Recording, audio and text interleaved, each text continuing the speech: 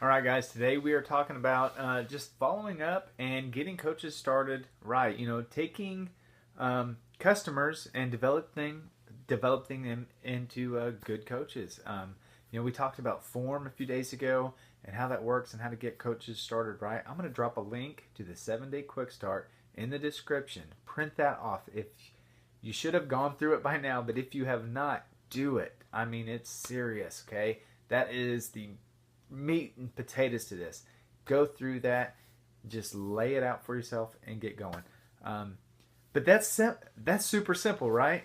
That's something you can do with a new coach. You can hand them the 7-day quick start, just like what we're doing here, and get them started right. You're just sharing and teach them the exact same things that you got started. If you got started off kind of rough, I kind of got started off rough. And it was never my coach's fault or Upline's fault. It was the simple fact that my wife signed me up as a coach and I didn't have a clue what a coach was. But that's a whole different video. What I'm saying is when you learn the key steps of getting started, it's simple to just replicate and duplicate that into your team. So that's really what we want you to do and what you need to do. And just keep it simple. If you can find a simpler way, by all means, if you can take something and make it easier and more applicable to you or your team, do it. But the 7-day quick start is kind of a tried and true, tested, flawless system to get coaches up and going pretty quick and pretty simple. Aside from that, I just wanted to talk about a few ideas that's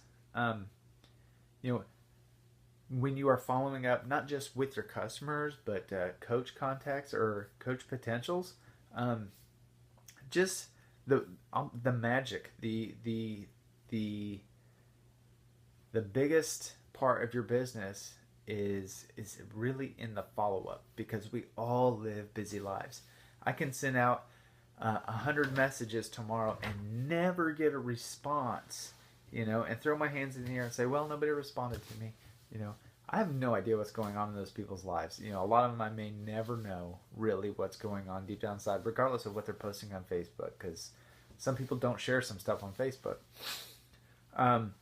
So people get busy. A lot of times they'll see that message pop up and they're like, oh, I need to get back to that. And then they don't. Okay? They get caught up in life. It happens all the time. I've done this, and I'm sure you've probably done it too. So that's the magic is really in the follow-up.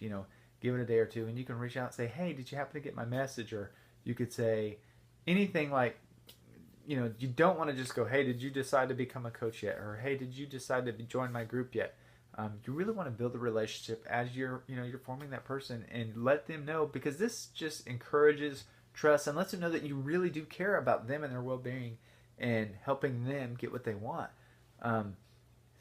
So when you talk about things like that, it could be as simple as like, hey, I know you're really busy running your kids around to ballet and baseball practice, but how have you been? Have you been able to get any exercise in lately?